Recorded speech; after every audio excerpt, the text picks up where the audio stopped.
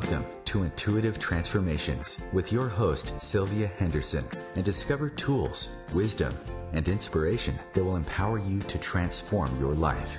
Sylvia is an intuitive life coach and energy healer with a growing practice that is focused on empowering others to be more of who they want to be. For the next hour, join Sylvia and explore and unravel anything in the way of you creating the life that you would love to live on the OMTimes radio network.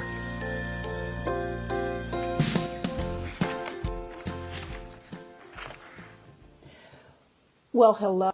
Welcome to the Intuitive Transformations radio show, where you will find tools you can use to change and transform your life every Wednesday afternoon at 2 p.m. Eastern right here on the OMTimes radio network, the voice of consciousness at omtimes.com, or by simply typing iom.fm into your internet browser. This is Sylvia Henderson, your host, and as it was just mentioned, I am an intuitive life coach and energy healer. The work that I do focuses on releasing limiting beliefs that stop you from truly enjoying your life and that cause you to remain in painful relationships, limit your financial potential, rob you of inner peace, block you from trusting your intuitive knowing, which is really important to have on board, and keep you trapped in anxiety, worry, and fear. If you would like to learn more about me, just visit my website at intuitivetransformations.net. And while you're there, if you sign up for my monthly newsletter, you'll receive a free guided meditation called Healing Fear During Uncertain Times. Again, to learn more about me and to get that free guided meditation, just visit my website, intuitivetransformations.net. Well, today's show is unique and interesting. We're going to talk about Alan Watts, a British-born American philosopher, writer, and speaker who is best known for his interpretations of Asian philosophies for the Western world. Alan Watts wrote over 25 books and numerous articles, and even now, decades after his death, his writings and philosophical insightful answers to questions such as why are we here and what is the meaning of our existence continues to be popular worldwide. Alan Watts' books have been published in more than 27 countries and in many languages, including Chinese, Korean, and Japanese. To sum it up, he was, and actually still is, posthumously, a world-famous thinker whose teachings of Eastern and Western religion and philosophy still impact many in their everyday lives.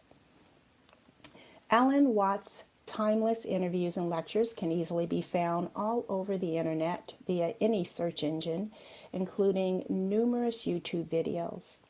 And today, two of his daughters are joining us, Joan Watts and Ann Watts, who have curated personal letters written by their father, which offer great insights and a private and more personal view into the life and mind of Alan Watts. Together, they have co-edited The Collected Letters of Alan Watts, a book of their father's personal and never-before-published letters that he has written. Before I bring Joan and Ann on the air, let me tell you a little bit about each one of them. First, there is Joan, the eldest daughter of Alan Watts. Joan Watts grew up in the United States and England and also studied Japanese ink painting in Japan. Her art has won awards in juried shows and hangs in many private collections. In addition to her art career, she spent 25 years as a successful fundraiser in the nonprofit world. She retired in her 50s and moved to Montana, where for 20 years she was an occasional fishing guide and operated a bed and breakfast that catered to fly fishers from around the world. After retiring again, she began, along with her sister Anne, editing her father's letters for publication and resumed her painting. She is the mother of 5 successful, happy children and 9 grandchildren. She lives in Livingston, Montana with her husband, Johnny Montana Hale, a musician, songwriter, and retired motion picture industry technician. Most of Joan's life decisions have been influenced in one way or another by her father, Alan Watts. Now let me tell you about Anne, the second oldest daughter of Alan Watts. Anne Watts's philosophies were also strongly shaped by her experience as the daughter of Alan Watts. Anne is a certified hypnotherapist and an educator and counselor in the areas of human sexuality, sexual abuse, family stress, self-esteem, healing the inner child, and financial and aging issues. Since 1985, she has facilitated hundreds of workshops in the United States, Canada, Australia, Japan, England, and Germany with the Human Awareness Institute, work she is deeply passionate about. Since 2008, she has been a regular faculty member at Echelon Institute. Anne is the proud mother of 2 children, Myra Kryn and Michael Andrews, and 3 grandsons, Max, Oliver, and Eli. Anne lives in Santa Rosa, California, in a deeply loving relationship with her husband, Mark Kupke, who has been her partner since 1984. Joan and Anne Watts, welcome to the show. Well, thank you. Thank you so much. Appreciate it. You're so very welcome. Before we talk about the book, The Collected Letters of Alan Watts, I have to ask you, what was it like growing up as a daughter of Alan Watts? Joan, let's start with you first since you're the eldest. What was it like for you? Well, of course, it was very interesting. Many interesting people came through our lives. I think, we went through some of the difficulties that a lot of children do that are the children of famous people. Obviously, as he became better known, which was in my teen years, and then as a young adult, I didn't see much of him. I was sent off to private schools when I was about 10 or 11, and so I would see him on vacations, and naturally I started to have to share him with other people even on my vacations. And I don't think I ever resented it particularly, but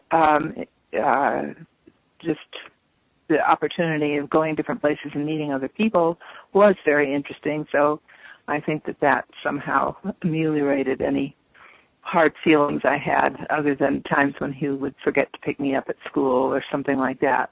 So, which did happen occasionally. As a young child, he was kind of a fun father. He played with us and danced with us and told us stories and drew pictures with us and things like that. So that was an interesting, fun time too. So. Wow. I have to say, you're probably not the only child that a parent forgot to pick up. That happens, Right. even when parents aren't famous. And so, what was it like for you, Anne, growing up as the daughter of Alan Watts? Well, it was, I think, a lot similar to what Joan described in terms of our relationship with our father.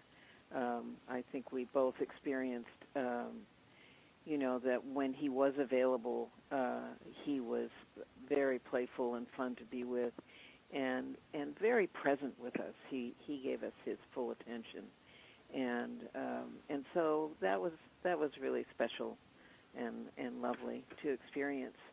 And but he was frequently not available. He was very much a workaholic. He was very deeply passionate about the work that he was doing, and being younger than Joan, by the time I came around, he was often on the road and, just not home. And then when he was home, he was busy writing and lecturing and doing all of that stuff. So time with him was hard to come by and very precious, I would say. And also, as Joan said, there were lots of fascinating people of all different cultures in our home, we were introduced to foods from all these different cultures as well, Japanese, Chinese, Indian, all of that stuff, and our father was a great lover of music and of gourmet food. He was a gourmet cook himself. He loved to cook. And so we had all of that kind of exposure of all these interesting people, and so all of that was just that part was fun and fascinating for us. Yeah.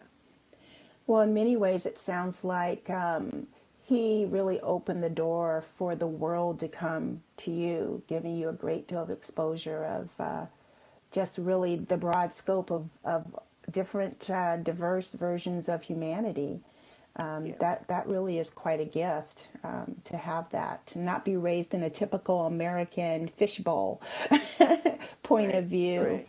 Yeah, that's wonderful. People will ask that question, and I'll often say we certainly didn't grow up in a Leave It to Beaver style home.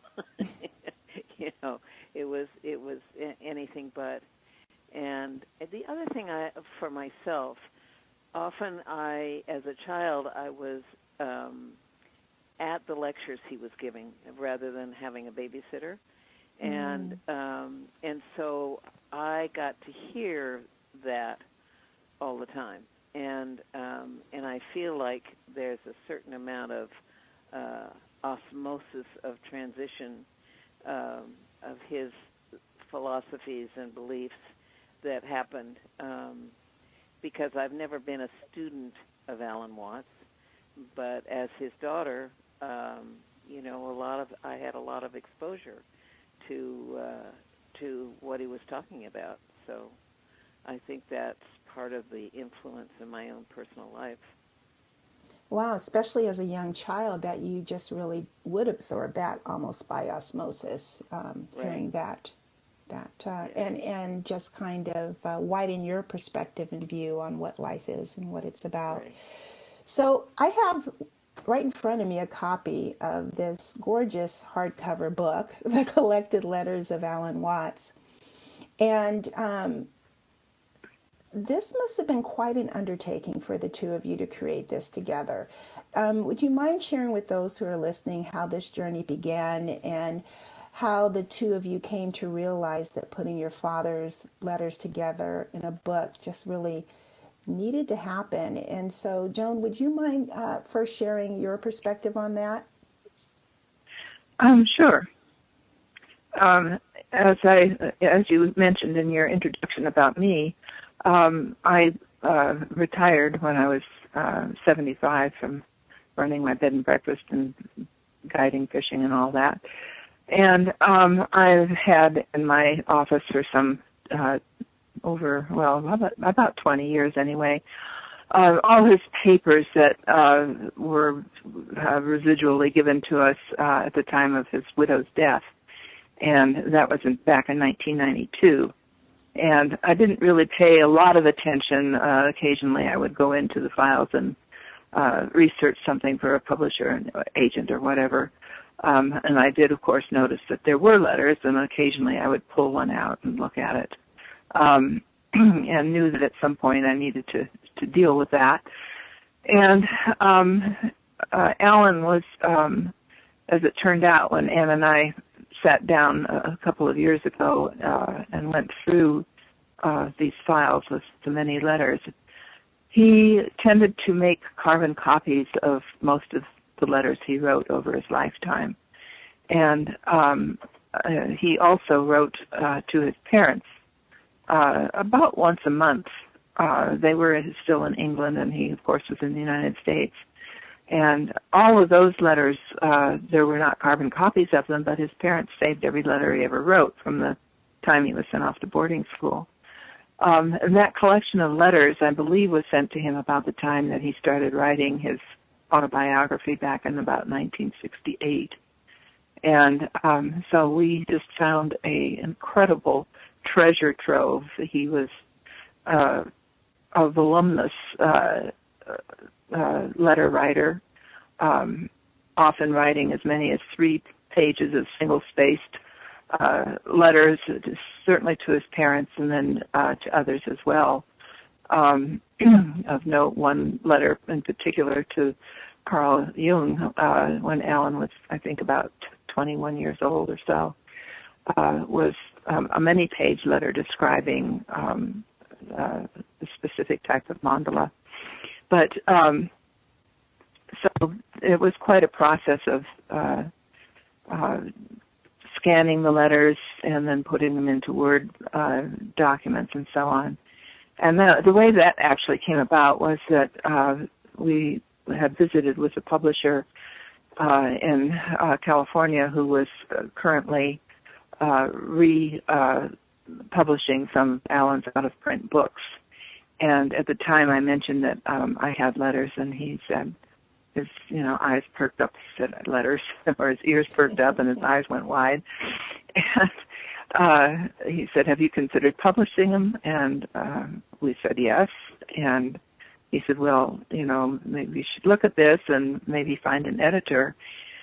And I said, well, I thought we could do the editing and do commentary. And he was thrilled with the end product. And even though we delivered a manuscript twice the size we had originally negotiated, he said, well, we may have to cut some of these letters. And I said, well, good luck. And of course, when he read them, he said, I can't. So I think we cut maybe 3 letters out of the entire manuscript. Wow. So that's kind of it took about 2.5 years of, especially of my time, because I was kind of the one that had to deal with all the scanning and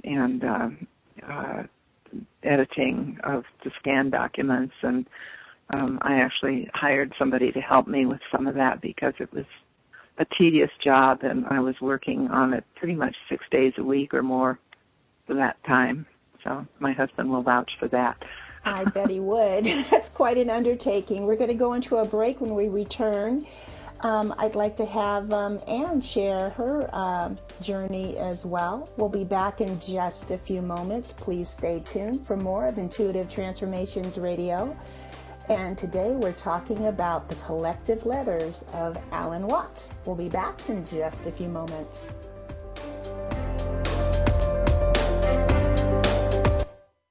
The future of Internet radio is here. OMTimes Radio, IOM FM. Ascending Hearts is no ordinary dating site, but a spiritual dating site with a purpose, to link you with your soulmate. We engineer the serendipity so you can trust that you will attune with someone that has the same matching vibration as you. Ascending Hearts, the conscious dating site for the spiritually aware. Try Ascending Hearts for free. AscendingHearts.com. Hello, I'm Sandy Sedgbeer, host of OMTimes Magazine's flagship radio show, What is Going On?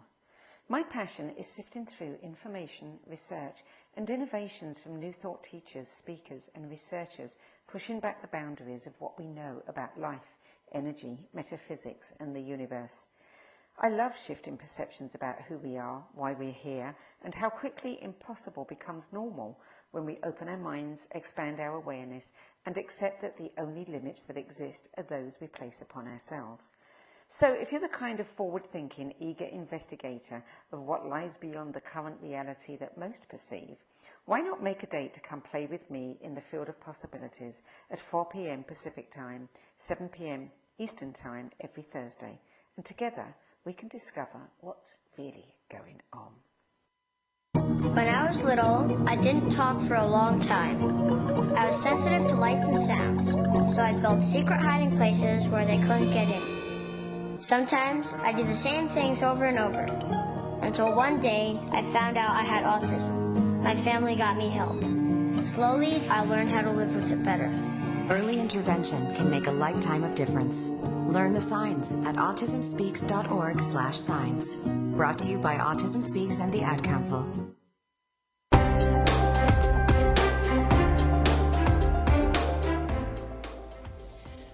Welcome back. This is Sylvia Henderson, and you're listening to Intuitive Transformations on OMTimes.com. And today I have with me as my guest Joan Watts and Ann Watts. They are the eldest daughters of Alan Watts, great American philosopher.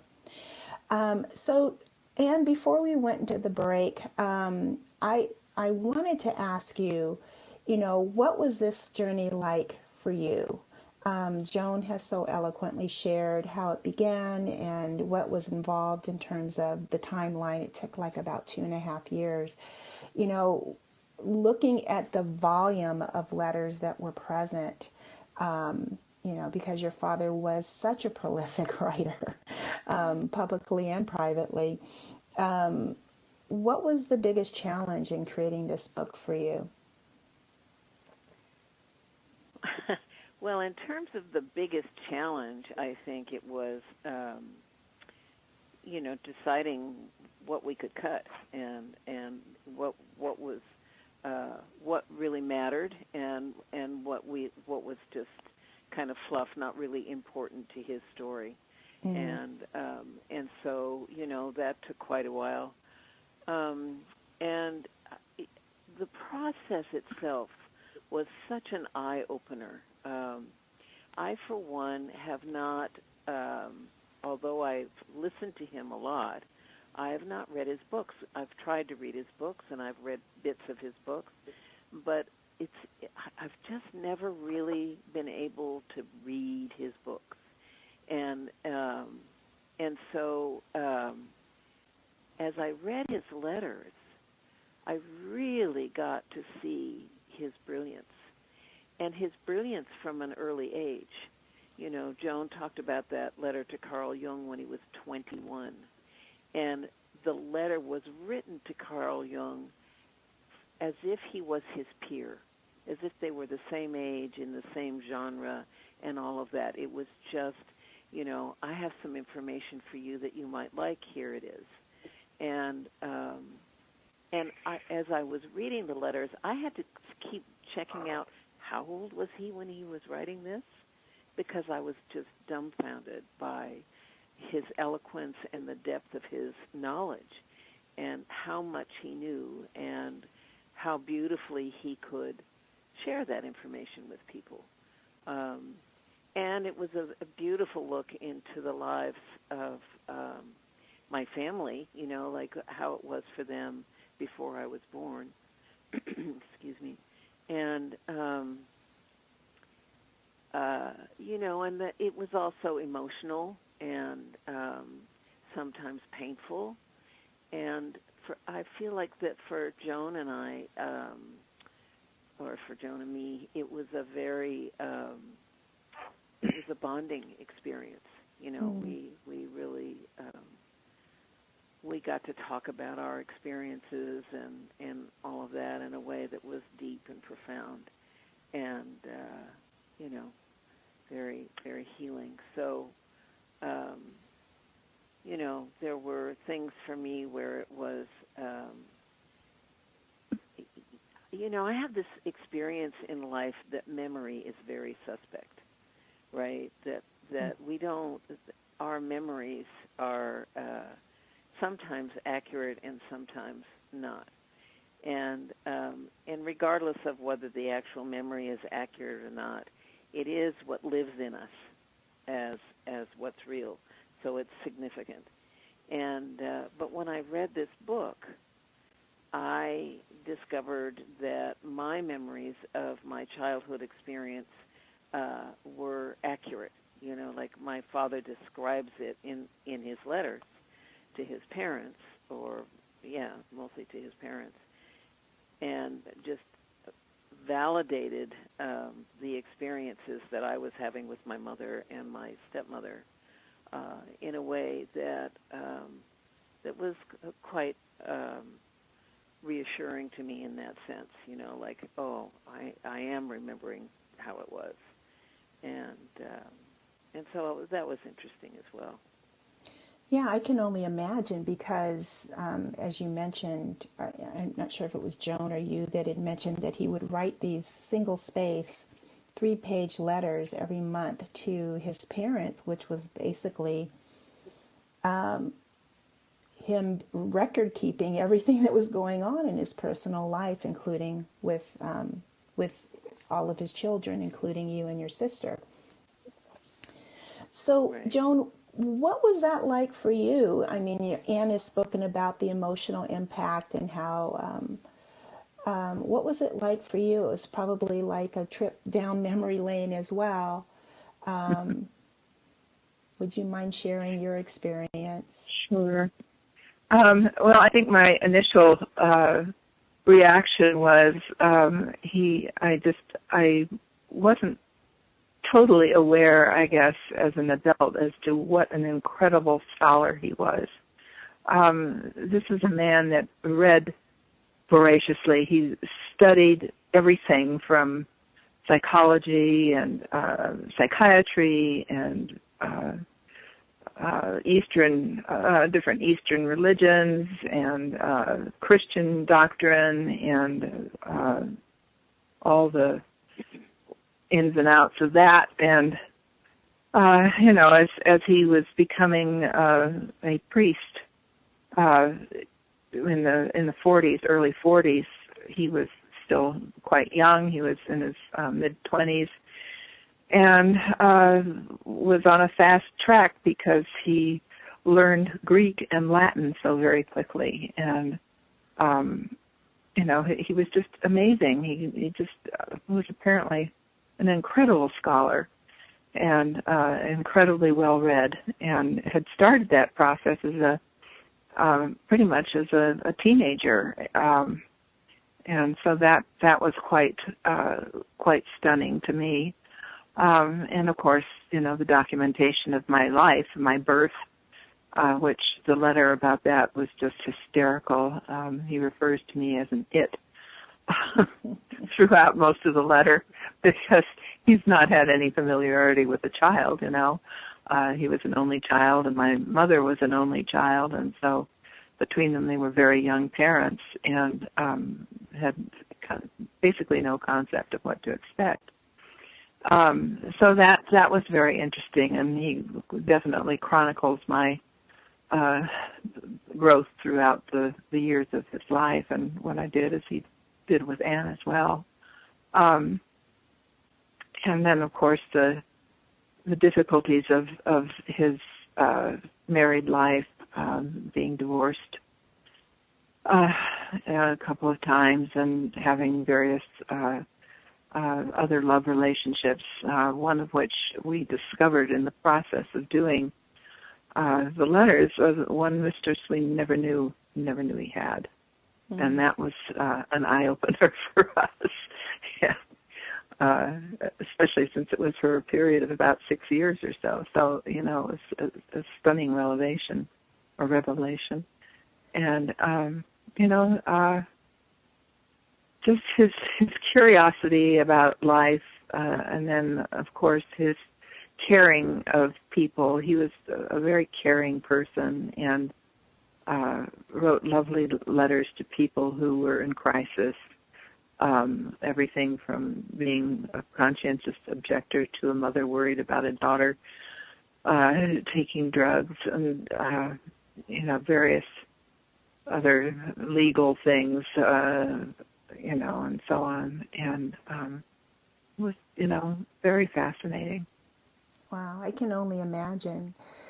And so, Anne, you had mentioned that this experience of curating these letters together with your sister really brought you much closer together, and on an emotional level, there's been some healing for you each individually. Has that been the same experience for your other siblings? I'm just curious. Have they had a chance to read the letters, or what are their thoughts and feelings about them? Well, our brother Mark has read the book and really seemed to appreciate it, and felt it sounded to me from his communication that he felt like he learned a lot that he hadn't known, and so he's been very supportive of the book, and our sister Tia has so many more painful memories. So it's been hard for her. I'm not aware that she's actually read any of the book yet. She wasn't sure she was going to be able to read it. So time will tell. I actually think that were she to read it, it would be a healing experience for her. But, she needs to do what she needs to do, so we'll see how that goes. And I haven't heard from the other two sisters. We sent them all copies of the book, but I haven't heard from them, any response to it and how it is for them. So I really don't know. Yeah. So how do you believe this collection of your father's letters will impact them, Anne, as they read through this book? Because it does give a very wide but yet very private insight into who he was as a father, a son, a philosopher, or just a man, a lover, and everything in between. And so what do you believe this collection of your letters will provide for those who read them? Well, at first I thought you were asking how it would affect our siblings, but if I did, yeah. I've switched gears. Sorry about that. So you're wanting Joan to answer that question? Well, I was actually going to ask Anne first, but okay. Too bad you're not. Yeah, right. Is that okay? That's fine. Yeah. And so, in terms of our siblings, I think they'll learn things and see it from a perspective that they haven't had. And I have to say that their lives were very different from ours. And most of them were quite young or very young when their parents divorced. And they went through really hard times. And so, definitely they will learn things they didn't know. And, I hope that in some way that will be a healing experience for them. In terms of the public in general, many things. I mean, for one thing, they'll get a really much more intimate view of Alan than has ever been shared. And, even people who knew him quite well have said they've learned things about him in reading this book that they didn't know. And it's just such a fascinating read. And for people who haven't even read Alan Watts, they'll really get a dose of his philosophies and his thoughts.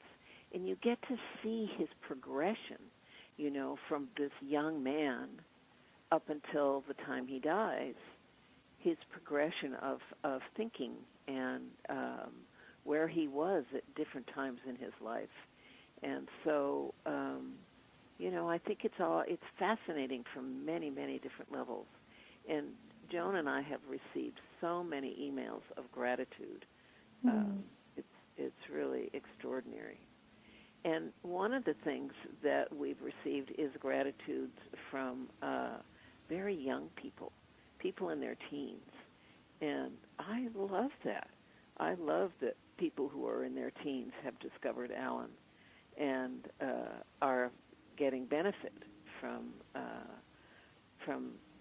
experiencing him. Like the YouTube makes him very accessible.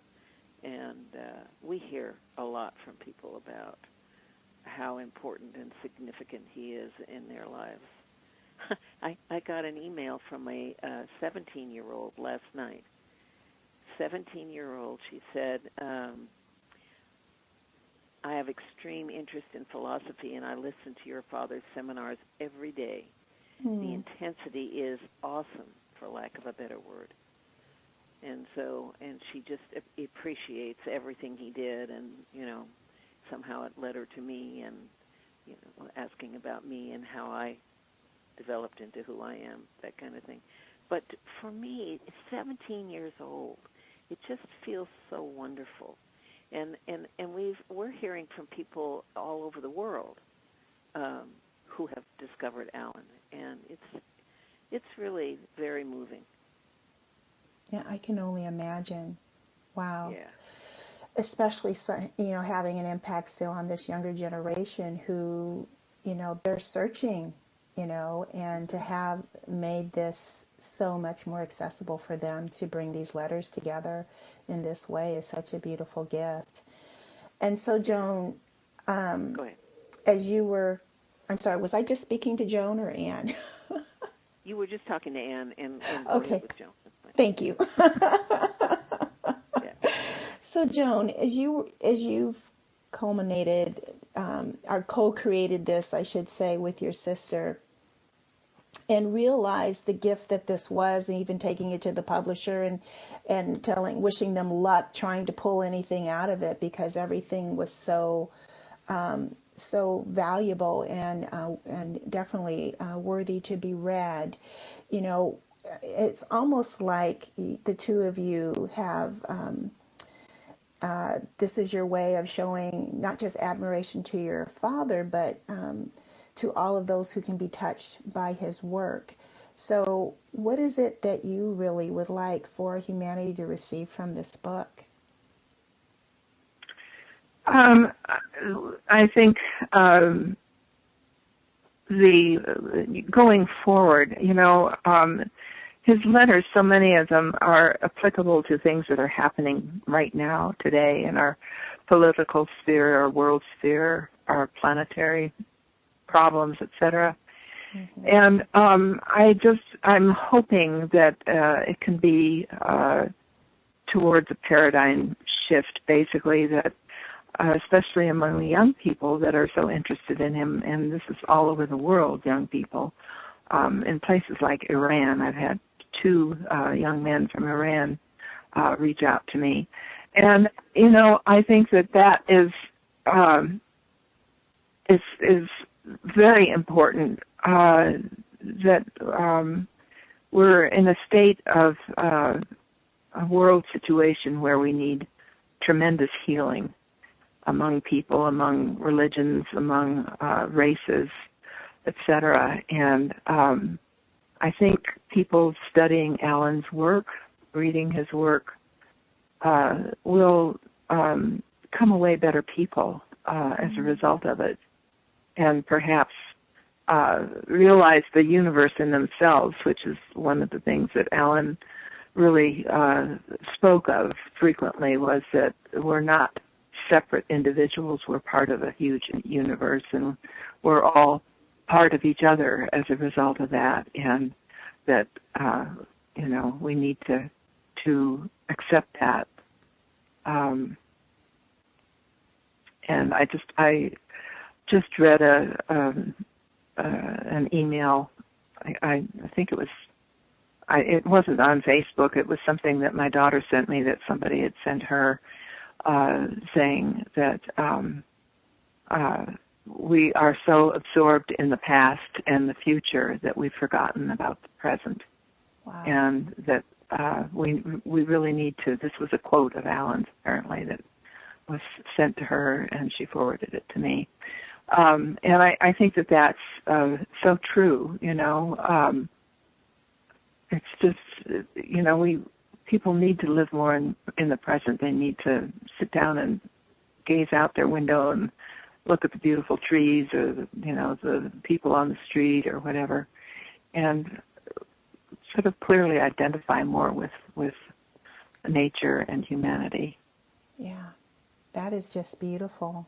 I know we're going to go into another break, and as we do, I just want to remind everyone about this beautiful message here, because that's so true. We are so absorbed in the past and the future that we do forget about the present, and what a difference the world would be if we would just stay in that present moment. We'll be back in just a few moments. Please stay tuned for more of Joan Watts and Ann Watts.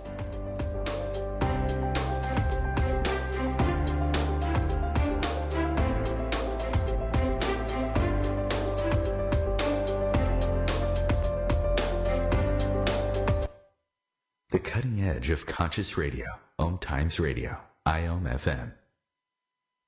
Host your show on IOM-FM, the radio network of OMTimes Media, one of the more recognized brand names in the conscious community, and is backed by the extensive marketing reach of OMTimes. Hosting a show on IOM-FM immediately connects you with our extensive dedicated community. Hello, I'm Lisa Berry. Join me every Monday at 1 p.m. Eastern Time for Light on Living, a chance to see new, hear different, and feel more as I shine the spotlight on all the ways to lighten the load of life's challenges. Light on Living is your link to that new way you're looking for, that new understanding that will enhance your life, and that positive connection that will support your growth. So join me and you'll gain insight and start to see things in a new way that motivates you. Hey, let me ask you something. Would you seat your 3-year-old child on a windowsill? Would you seat them beside a lit fireplace or by the deep end of a pool? One last question. Would you seat your child in a car seat that's not correct for them? Car crashes are a leading killer of children ages 1 to 13. Secure their future. Seat them in the correct car seat. For more information, visit safercar.gov/the-right-seat. A message from the National Highway Traffic Safety Administration and the Ad Council.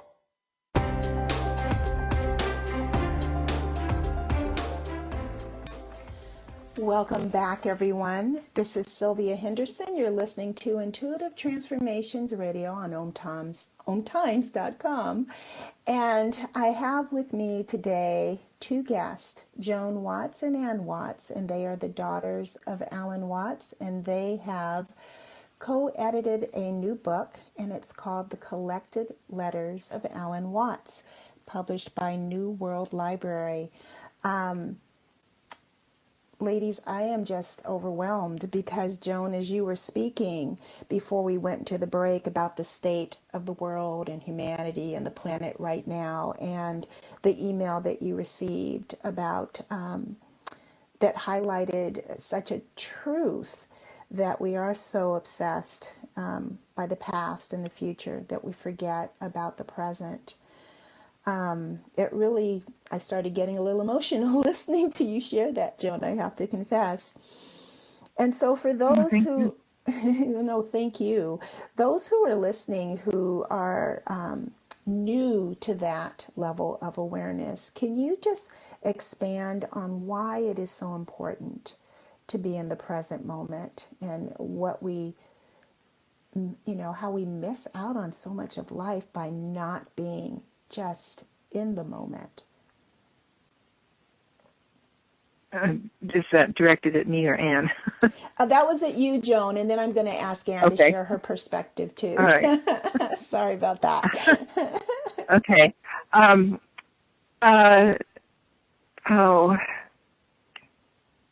Well, being in the present, this is something that I think Baba Ram Dass has explored a lot, and I think it's his statement, "Be here now," which is so important. And I think, I'm guilty of it myself. I worry about the future a lot, especially at my age now. There's nothing we can do about the past. The past is past.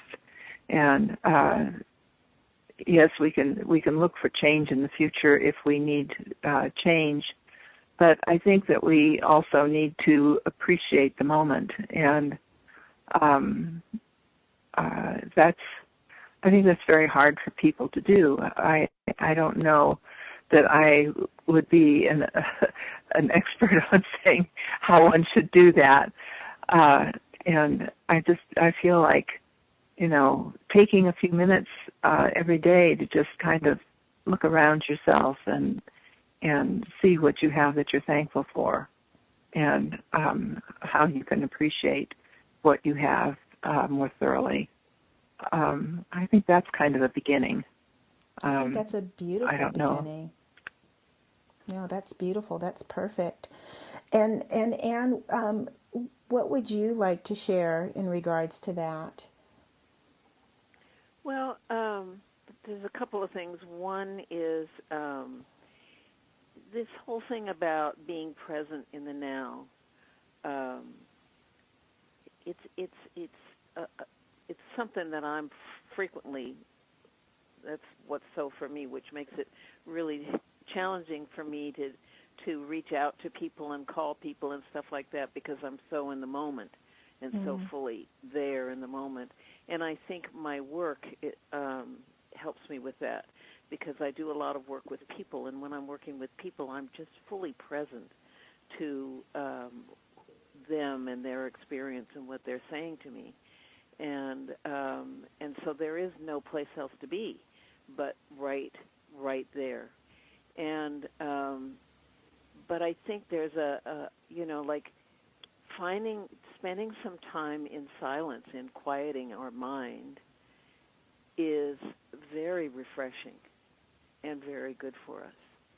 And for myself, one of the ways I do that is I go outdoors and I walk in nature, and that's either a time for just being quiet, or it's a time for gratitude, because I'm so excited about being outdoors and how beautiful it is. And I have a creek near me, and I walk by the creek, and I've got all these beautiful trees, and I'm thanking the trees, like I'm just, I think it's exciting to be aware of what's around us, and as much as possible to get out into nature.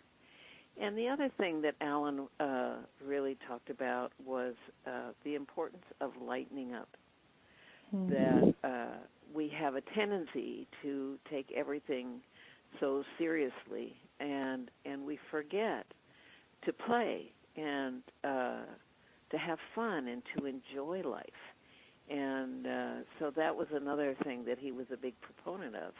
And certainly he had a great ability to do that himself, to take himself out of work mode and really fully love the beauty of life and the complexity of it all, to see the microcosm and the macrocosm and how it all works, and to just really enjoy it with full-on enthusiasm. And I think that's part of what makes him so relevant today, is that this is something that's important for all of us right here and now, so. I agree. So, Joan, I have another question for you. After having read all of these letters and co-editing the book with your sister and being Alan's oldest daughter, what do you believe, when looking at your father's life, what do you believe your father, as a person, most wanted people to know about him in terms of who he was as a person? Not his accomplishments, what really made his heart soar?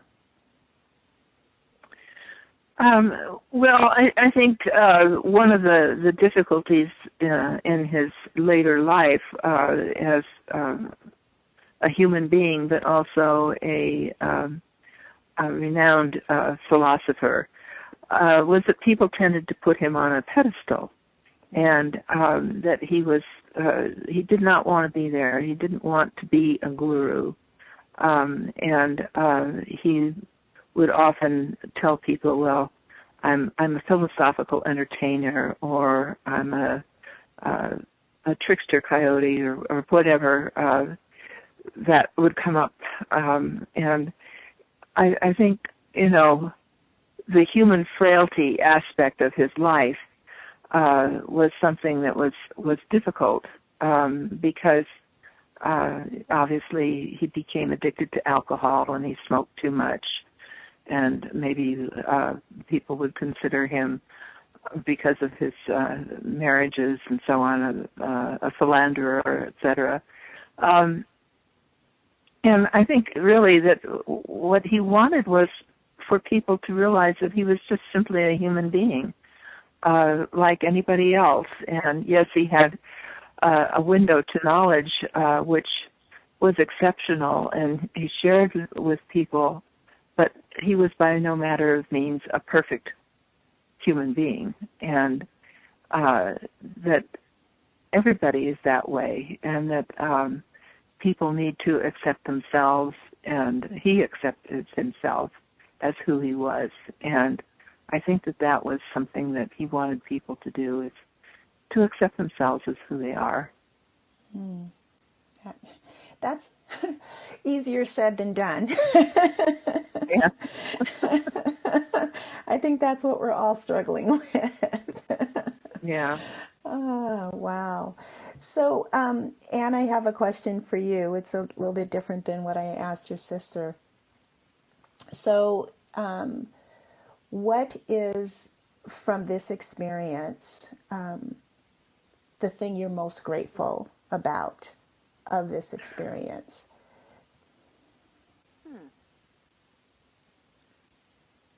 That's an interesting question.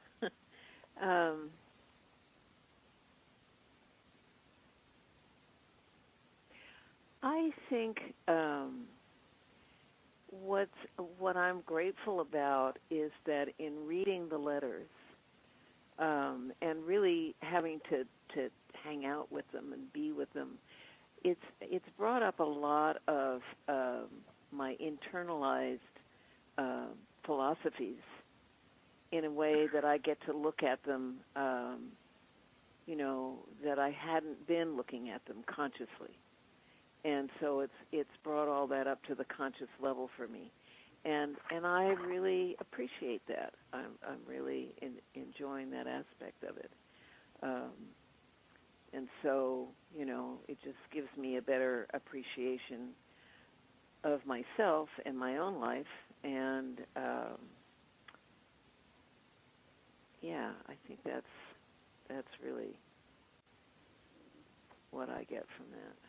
That's beautiful. So, Joan, I'm going to ask you the same question. Okay. What is it from this experience of co-creating this wonderful book with your sister that you are most grateful for? Well, I think, as Anne mentioned earlier, it was an opportunity for us, since we live far apart, and we haven't seen much of each other for a number of years since I moved away from California, and having that experience of working on a project with my sister, and having the opportunity of seeing a little bit more of her, and having created something together, I think has been a very wonderful experience, and in the process, realizing that our lives, while we ended up doing very different things, we're not that different. We're in many ways very similar, and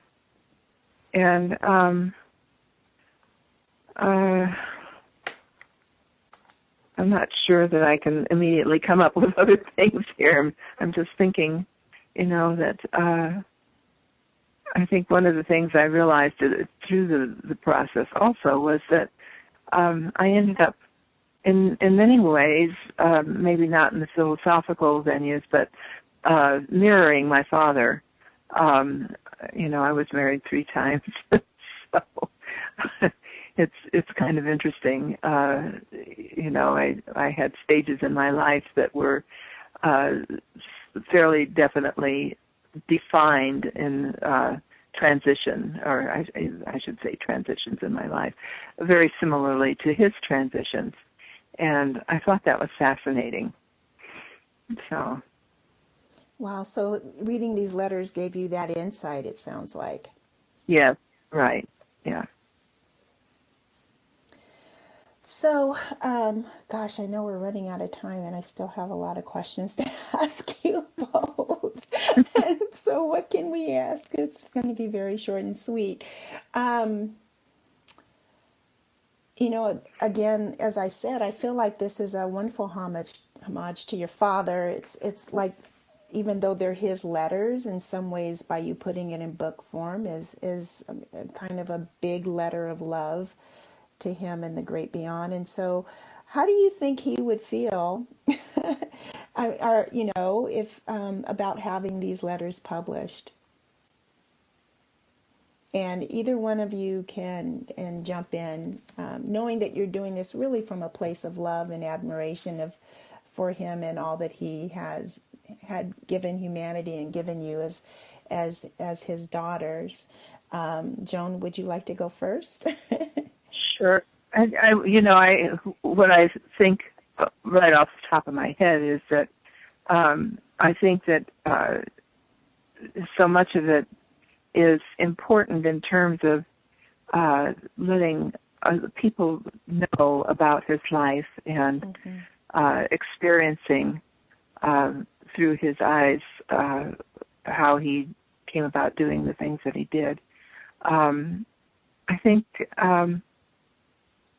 producing the book is really a gift to all his followers as well. Everyone that I know anyway, that has read the book and has known of his work and so on, they're just incredibly grateful. We constantly get blood of gratitude. Well, and it is, they really are a gift. I'm sorry we're running out of time. Joan and Ann Watts, thank you so very much for being on the show. Everyone who's listening, please go out and get the collected letters of Alan Watts. It's a treasure trove of information and insights that will surely help and support you in this wonderful journey we all call life.